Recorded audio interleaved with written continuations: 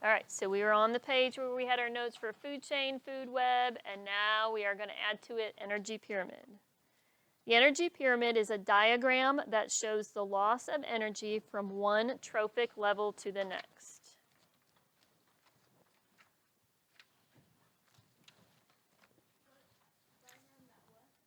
The energy pyramid is a diagram that shows the loss of energy from one trophic level to the next.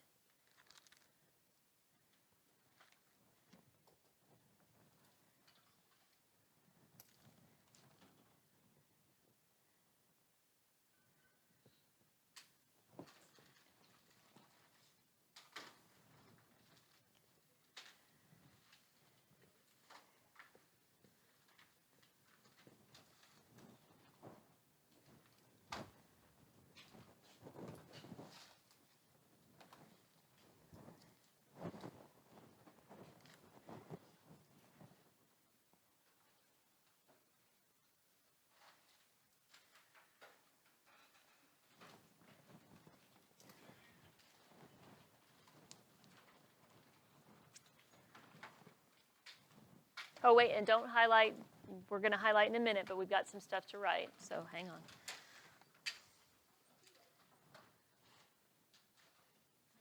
I know, highlighting is so exciting. All right, so, let's just do this first.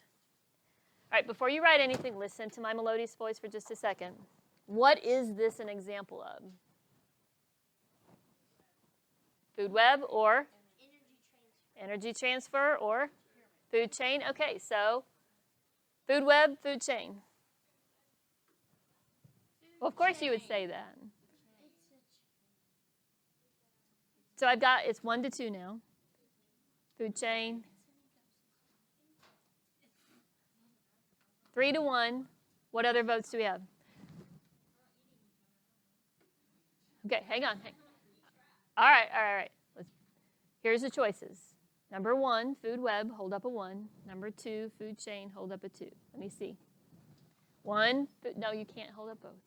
Choose one. It's a 50-50 shot.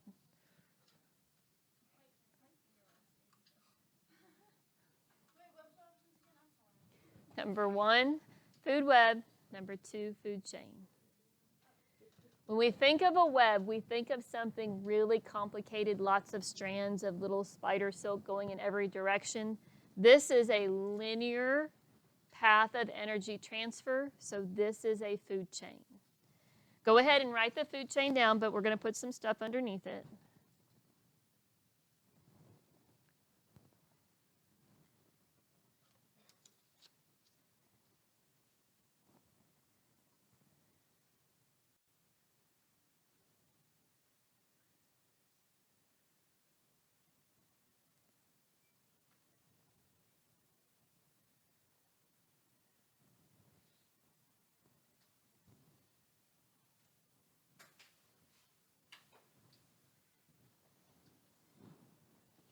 So remember, the arrow indicates the direction of energy transfer. So energy is going from the sun to the grass, from the grass to the grasshoppers, which makes sense because the energy is not going to be transferred from the grass to the sun. So this is not like what eats what, because grass doesn't eat grasshoppers. Grasshoppers eat grass, but the arrow is showing the direction that energy is transferred. All right, so grass in our diagram has the most stored energy in that producer trophic level. So grass has the most stored energy in this trophic level because it's the producer level. Grass has the most stored energy in this trophic level because it's the producer's trophic level.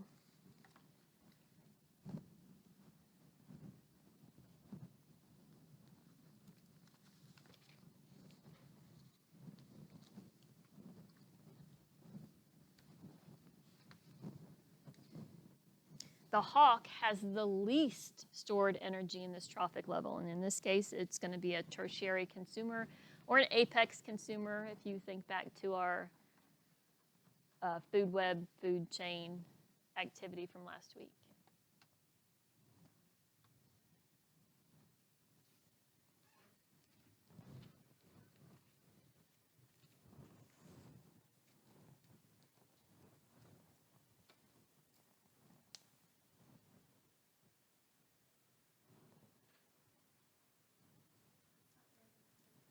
So the hawk is has the least stored energy in this trophic level, tertiary consumer.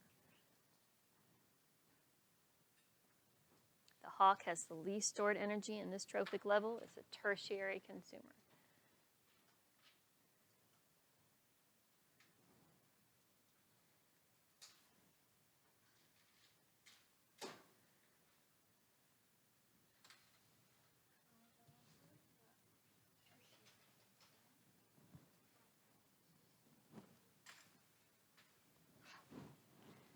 All right, so in our energy pyramid, producers are the very bottom level.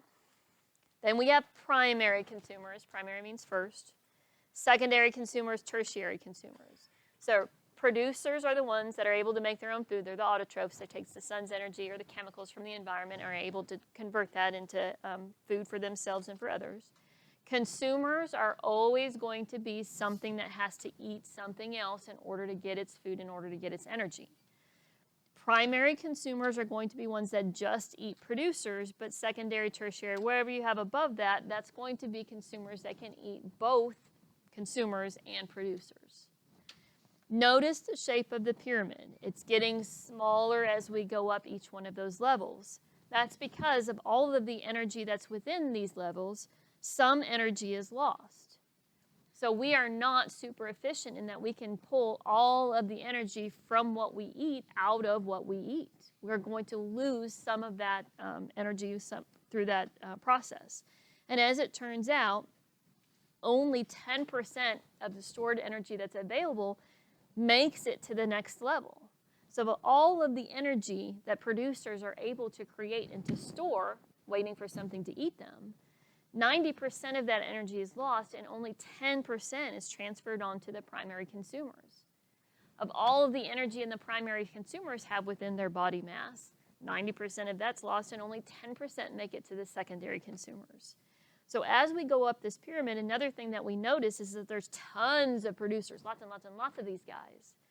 But as we get further up that pyramid, the number of critters at each one of these levels also gets smaller, because these guys have to eat a lot of producers just to survive, because they're only getting 10% that's transferred on. Secondary consumers have to eat a lot of these guys because there's only 10% that's being transferred on.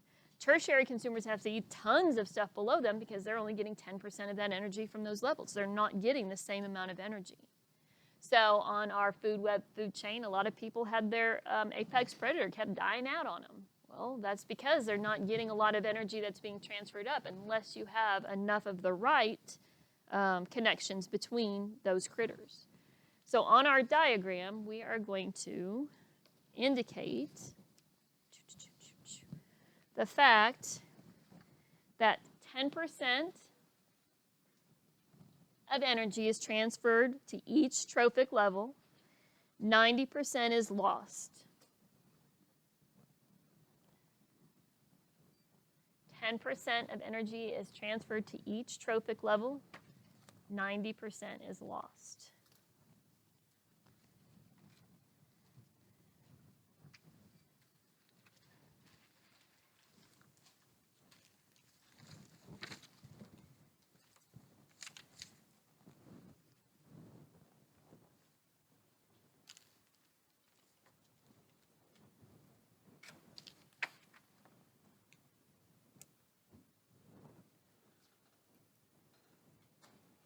That means of all of the energy, of 100% of the energy that's stored in producers at that first trophic level, by the time we get to the tertiary consumers, only 0.1% is left. So for producers to primary consumers, we go for all the energy, now we only have 10%. 90% is lost, now we only have 1% of the original amount of energy. Now we only have 1/10 of the original amount of energy.